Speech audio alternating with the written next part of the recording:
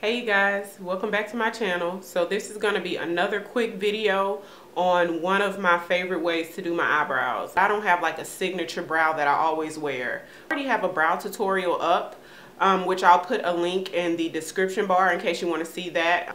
I start off by combing the hair at the head of the brow upward, just at the head. And the rest of the brow, I sort of go up and over. If you already have your brows threaded, waxed, tweezed, or whatever, if you have them already groomed nicely, it looks even that much better when you go into filling your brows or sculpt your brows or whatever you do. The head of your brow, if you take whatever, like a wand or a brush or whatever, and go from basically the tip of your nose straight up the corner of your eye, the head of your brow should start right there. It should start right here. If you go diagonal from the tip of the nose to the corner eye up, that's where your arch should be. So if your arch is not there, you pretty much want to fill it in to be right at this point. And from the end of your eye this way, tip of the nose, going this way, the tail of your brow should end there. I'm just going to use MAC's 266 brush, which is an angled liner brush. And the first thing I do is go in with the brown gel liner from MAC. And because the head of the brow always should be, you know, like the thinnest part, it naturally grows sparse, so you never want the product right in here to be heavy at all. So what I like to do is fill in the rest of the brow, and when I have next to nothing left on the brush, then I use the rest here. That way the product is not too heavy at the head of the brow. And notice I'm doing hair-like strokes. I'm not drawing in a lot of product. I'm just kind of filling in so it can mimic real hair. And one thing you want to do is when you apply the product on your brush, apply it this side of the brush and this side of the brush. What that is going to do, you guys, is force the hairs in the brush to be tightly compacted together. That way you can get a stiffer application so it can really look like hair. If your brush is spread out and not tightly, densely packed together, the product is not going to be as skinny and precise application to look like hair, if that makes any sense.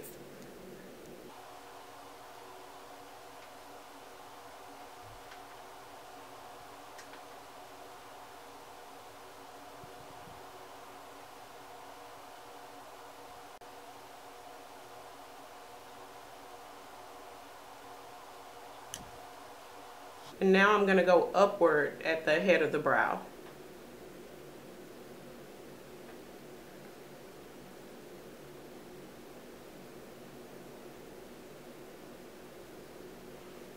Make sure everything is blended in there really nice.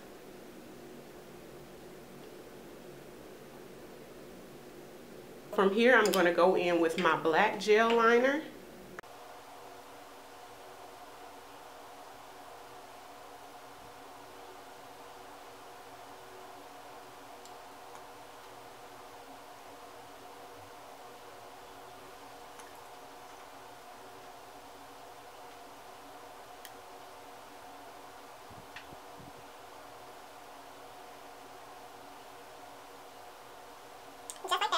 And then I'm going to kind of fade it in so you won't see a harsh line. I'm going to fade it in slightly.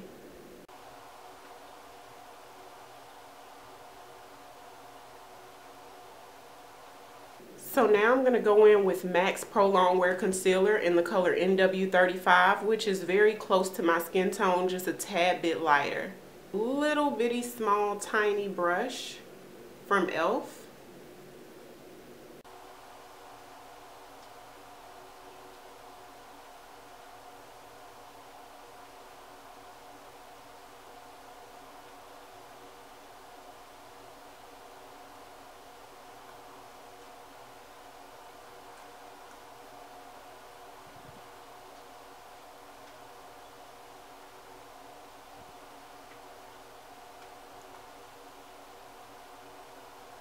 You notice that I didn't go all the way to the head of the brow with the concealer either.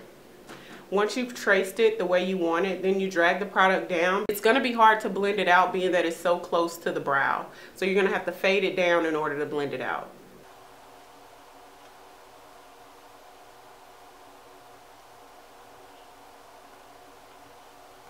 Here you can take any blending brush of your choice and then just blend everything out.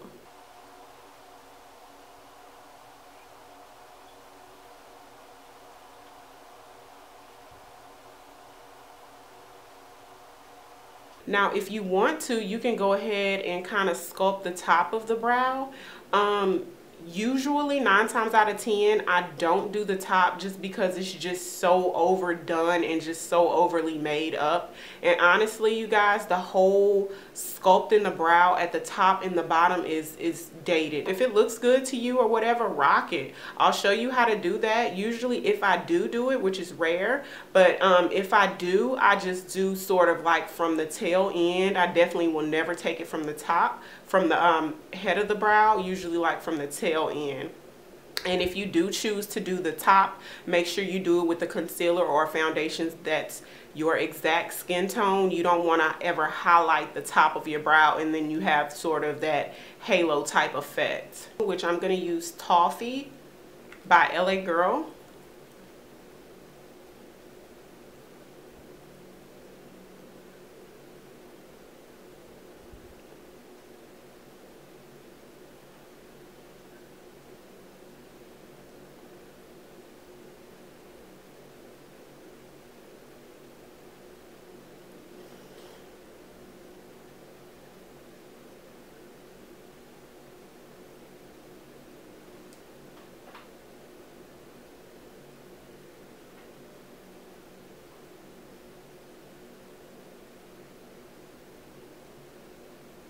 So you really want to pay close attention to the brow that you've done first, as far as for the symmetry for the other brow that you haven't done yet. So I'm going to do the other brow off camera and then I'll show you the final result.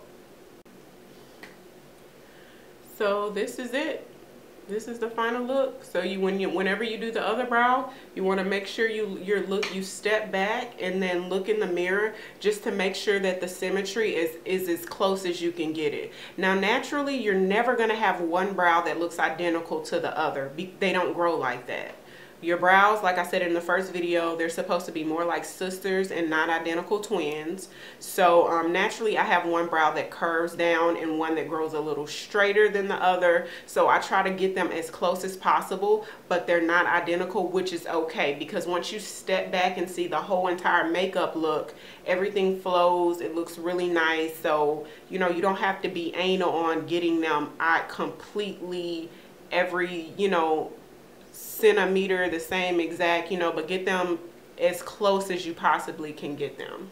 So that's it. I hope this was helpful. If you have any questions on any steps that I've done, or maybe why did you do that instead of doing this, or maybe you heard or saw that it was done this way and not that way, let me know. And maybe give me some tips on how you do your brows. Comment below and let me know, because I'm always down for trying new makeup techniques, especially on brows. Like I said, I'm not that person that wears my brows the exact same way every time. So I'm always down to learn, you know, maybe the way you do your brows.